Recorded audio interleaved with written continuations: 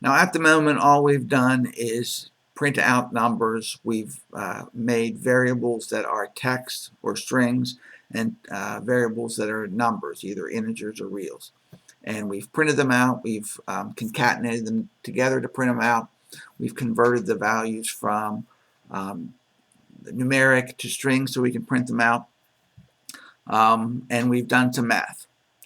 But one of the things I wanted to talk about is a program that you type it all in and you get the answer isn't all that useful. It's useful once. We want to gather data from the user. And to do that, we're going to use the input command. And the input command is, like everything else in Python, really easy. It's a variable. So we're going to say my input, spell it right, is equal to input, and then a left paren, and then you put a double quote, and inside that double quote you put the prompt you want to use it. So you say, please enter your name. And then we print, and we do hello space plus my input. And then we run it. And it says, please enter your name, and it pauses. So the computer is now not executing this command. It is stopped at line 8, waiting for input from the user. So we go down here, and you need to click down here to switch to this screen, and you enter a name and press enter. And sure enough, then we start executing, continue executing, and we print this line. So you can gather input from the user that way. Now, what if I run this again, and instead of putting my name, I put a number in? So now I type 405. In the past, if we had a number, we would know that line 9 would have an execution error. But if we run this, it prints out just fine. What this means is all input that comes from the input command comes in as string input. So if you want it to be a numeric value, you have to convert it from its numeric value to its string numeric equivalent to its numeric equivalent. So what we need to do now is, so we'll say my number is equal to input, double quotes, PLEAS, enter a number.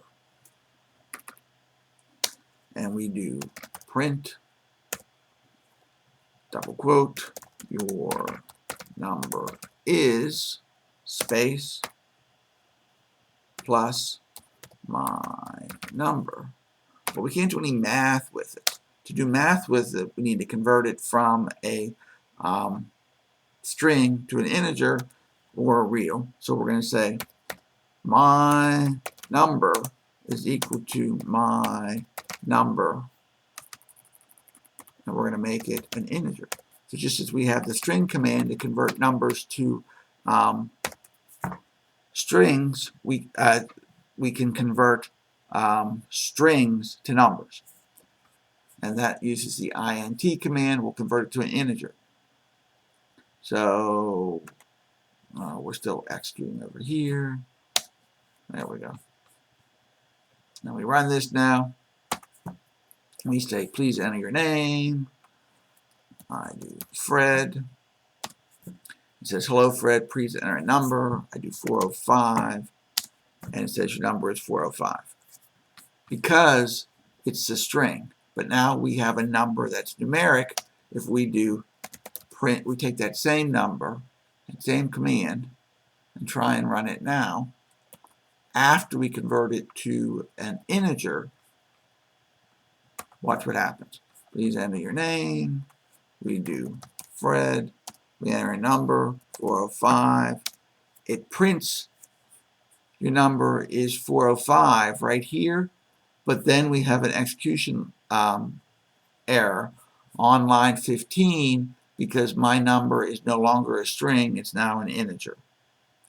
So not only it's exciting that you can convert values back and forth, but it can also be risky as you convert values back and forth.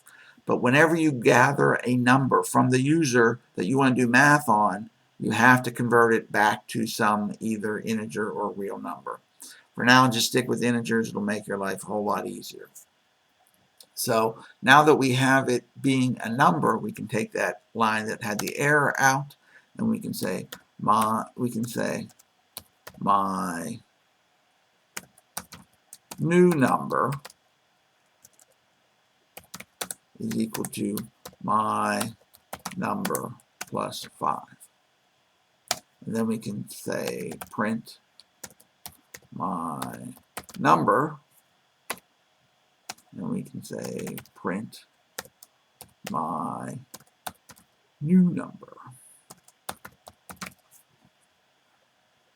And sure enough, when we run this, it asks for a name. We put a name in. We'll put in Wilma. And her number, she's going to do 504. And sure enough, it prints 504, and then it adds 5 to it and prints that out. Because once we convert it to an integer on line 14, we can now do math with it. Now, if we try and concatenate my number or my new number to a string in a print command, it's not going to work. We're going to have to convert it back to a string. But if we do that, we do it the way I showed you. We do print, double quotes, your number is, and we do plus str, and then my number, and then run it. You can see name, we're going to put Barney. He's going to do 304, and sure enough, it works because of the string command. But here's the cool thing. Notice when I converted my number using the integer command, I used the assignment value. There's no assignment here. So this is not actually converting my number to a string. It's just spitting out the string value to be concatenated.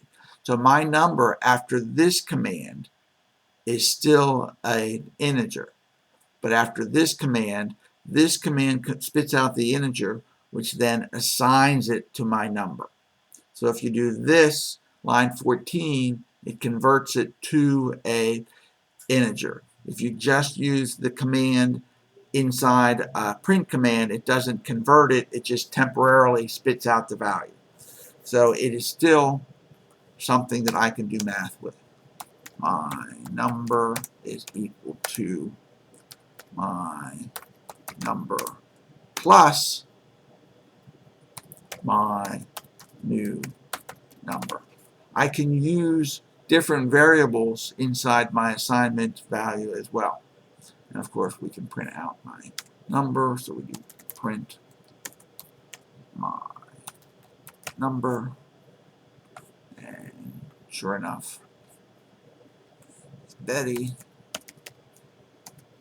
Our number is 503, and sure enough. So we go, your number is 503, which comes from here. Then we print out 503, which is line 17. We print out 508, which is line 18. And then we print your number is 503, which is line 20. And then we add the values together, and we have line 23, which is 1011, which is 503 plus 508. And that is basically what we're going to be doing in Python. We're going to be getting values from the user. We're going to be manipulating those values, and we're going to be printing out the results. That's pretty much what we're going to do for the next 8 weeks. There's a whole lot more to learn how to do that, but that's pretty much it. And notice how there's no branching in here. We just go command, command, command, command, straight down through. Later on, we're going to learn how to do branching, so not all the code is going to execute, but some code is going to execute based on the values in the variables.